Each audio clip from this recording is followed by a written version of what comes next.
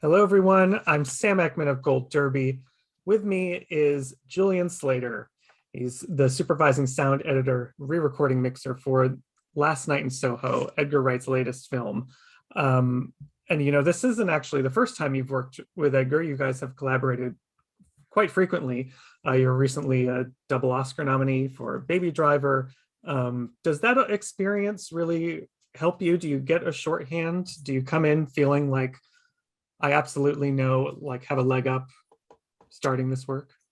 You mean work having a long-term collaboration with Edgar? Yeah. Yeah, certainly it does. I mean, what I would say is that it's becoming more, every project is becoming more different from the last. So there's that aspect of it, but certainly we know each other's sensibilities. I know how he likes to work for sure. And he's surrounded by a team of people that are long-term collaborators. So it's true not only dealing with Edgar, but dealing with, say, Paul Matchdas, his picture editor, or Stephen Price, his composer. There's a shorthand between us all, which kind of breeds it's a fertile ground of creation, I'd say, because no one's afraid to just throw in crazy ideas, even if we suspect they're going to fail. So yeah, it's definitely the long-term collaboration aspect helps for sure. Awesome. Yeah, there's this film in particular, he's delved into sort of horror elements before. This one just includes something very surreal, and it feels very unique to this film. How does that surrealism, when Eloise gets lost in her visions in the 60s, how does that influence your approach to the sound design? Well, there's a ton of different techniques that we use. Primarily, the first 23 minutes of the movie are actually, there's no surround information in the mix at all. It's all front forward facing LCR with a kind of narrow imagery. So it sets the audience up into a false sense of perspective about what the movie is. So they settle into it. And then when Ellie goes into Soho for the first time, which is, like I say, is about 23 minutes in, we kind of explode out the spatiality of the mix so that the audience kind of experiences this dreamlike experience that Ellie's going through. So we do that with spatiality. We do it with sound design itself with regards to a lot of treatment on, I don't know if you noticed, but what we tried to do with this movie is make it a much more kind of analog sounding horror movie, which was a bit of an ode to the music of the 60s and the film tracks of the 60s. So we kind of shunned modern day software and went a bit more analog. So, there's a lot of treatment with the dialogue and spinning echoes of the dialogue and how it's woven in and out of the score. We use a lot of that as Ellie's journey kind of descends darker and darker through the story. Those techniques increase. And also just Soho itself, as we start off, when she first goes to Soho by its nature is a very black and white place that during the day it's, all would seem calm and serene-ish, if a little hectic, but at night it does really have a kind of darker underbelly. So we wanted to use that kind of reflection of those two states of Soho with regards to Ellie in modern day and Ellie in the 1960s, and also as she descends into the kind of the more darker side of the story.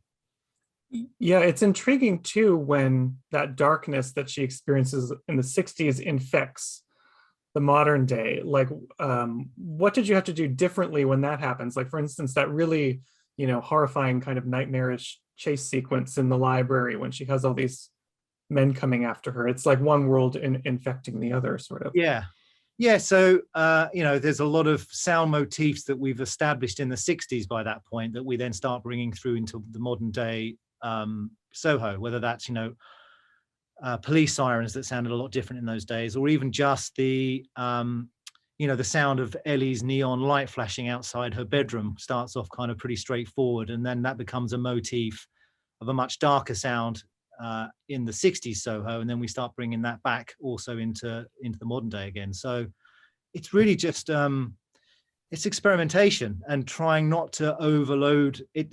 We realized early on that this movie had the potential to be very overloading for the audience, both sonically and visually, and we tried very hard to kind of toe that line so that it was rich in its sonic tapestry, but never a kind of sonic assault. So yeah, it was a mixture of different techniques to do that, really. Yeah. Did you feel like the techniques you had to sort of think of the 60s and modern day as sort of separate entities as you were working? Yeah, I mean, like I say, it's kind of mono-ish and just down the front for the first 23 minutes, and then we expand out. But we don't then go back and forth because that would be a little bit too confusing, we felt, although we did try it. And we did a thing whereby when we go into the 60s, we kind of gave the dialogue and the soundtrack a bit of a warm analog vibe to it so that it sounded a bit richer. And there are some scenes in the 60s Soho where we looped the scene, not because it needed doing, just because we wanted to give it a slightly weird, kind of slightly a jarring feeling to it. No need to do it, but and those techniques, again, as Ellie kind of descends into this kind of madness of whether this is real or not real, we then twist those techniques further and further until the end of the movie. I really enjoyed the sound. To me, supported where each woman was on her sort of mental journey in a way. When you're thinking about your work, do you approach it in terms of a character, or are you looking more at like the overall emotion or feel of a sequence? It's both. I mean, I'd be lying if I said, day one, you write a list and you say, this is exactly how we want it to. I mean, I wish I could. I personally can't work like that. So it's all up for experimentation. And there are some things that you desperately feel are going to work that just don't work. And then kind of, crazy ideas that you suspect are not going to work do have a thread of something that you kind of like and you vibe and you just develop it further. The whole thing with what we call the shadow men, the guys who are faceless, we went through a lot of iterations of how they should sound, and eventually we settled on what was the creepiest thing about them was just having that vocal of those different lines of, that's a lovely name, and there are motif quotes that those guys use in the nightclubs that then come back to haunt her in those sequences, and also just the sequences when they're not there. So, I mean, when we set out to do that, we kind of had a hard and fast idea of what those guys would sound like. But by the time we got to the end of the movie, we realized that was, what we thought was going to work, didn't work. And through experimentation, you find stuff that is not necessarily frightening per se, but it's got a creepy edge to it that just makes you kind of on edge when you hear it. And then when you hear it again later on in the movie. Yeah. And, in addition to the sound effects, there's a great use of music throughout the film, which there really always is in Edgar's movies. For Eloise, she kind of has this nostalgic aspect for the 60s, and there's always music playing in her sequences. How do you approach how you specifically want that music to land and feel in a scene? Well, I mean, yeah, like as you said, as always, I mean, we're very lucky that with both this movie and Edgar's last movie, Baby Driver, those music cues were implemented well before I came on board. So once you have that grounding, and you know those music cues are not going to change, you can then jump off from those and attach sound design elements to them. I should also say that we're very lucky that we had Steve Price scoring with those music cues and arranging into them as well. So for that moment when Ellie first goes into Soho and it's Cilla Black, You Are My World, I haven't just for the first half of that, before she actually goes into Soho, that's all I have to work with. Not that that's a pretty great song to work with. But then Steve literally at Abbey Road scored that music cue and rearranged it. So I had a full orchestra to play around it. So, what normally happens is you've got, the music cue here, and then you've got the score, and they're kind of two separate entities. But with Edgar's movies, he fully encourages the sound design and the music and the score and the needle drops to all work together. So it's much more a homogenized thing of just being one cohesive soundscape as opposed to, a multitude of different things. Sure. And so I assume then you also touched Anya Taylor-Joy's Downtown, which I think, especially since the trailer, I think everyone has latched onto that. But in the movie, it is, she sings it beautifully, but then it is also kind of creepy and disturbing. There's something sinister underneath it. What was it like working with that moment? It was amazing. Someone asked me the other day, what were your techniques to get Anya sounding so great? What, it's such a lovely sounding scene when she's performing it. And the answer was, I did very, very little. I think there was definitely a moment when we put the reel up and we run all the ingredients for the first time just to see what we've got and where we need to concentrate.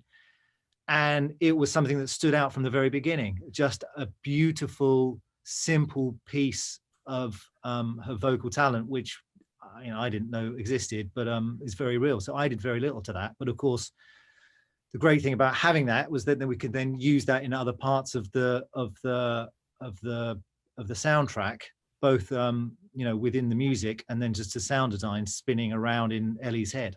So yeah, it's used for multiple purposes. Yeah. And you really could, since you are, sound editor and re-recording mixer, you are wearing multiple hats, which I think you have done before on his movies, which isn't always the case in film. There's oftentimes two folks. Does that get overwhelming, or is it nice kind of having, an umbrella of control and consistency there? It's a double-edged sword on different productions, I would say. I'm just currently finishing a movie that I'm just purely mixing, and I'm very happy to be just mixing. I think with Edgar's movies, though, being so sonically involved and demanding, and it's just the way it's kind of always been. It's just the two things go hand in hand. It's not a question of, and with many movies these days, it used to be sound editorial was here to here, and then the mix was here. With many productions these days, and even more so with Edgar's movies, that's a thread that just goes. I mean, we came on board in week 3 of the director's cut on this movie because we needed to start building the sound design as early as possible. So I've never known any other way, certainly with Edgar. On other movies, I do wear those different hats separately, but with Edgar's shows, it's one big hat, I guess is the way to put it. And, I also wanted to ask, because this movie delves into the past so much, when you're designing something, do you go look at past films and past eras to get inspiration, or like to pay homage to things? How do you sort of get your... I would say not necessarily to pay homage. Well, yeah, perhaps. Definitely there was a list of movies that Edgar suggested watching just as his kind of inspiration, which I went through. I mean, to be honest with you, the sound design wasn't even a thing in the 60s. And a lot of it was done with score. So, there's a nod to one of the movies that Edgar,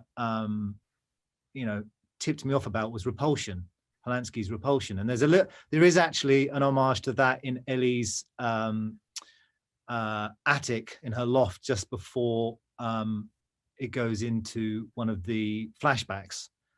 But yeah, it's a constant kind of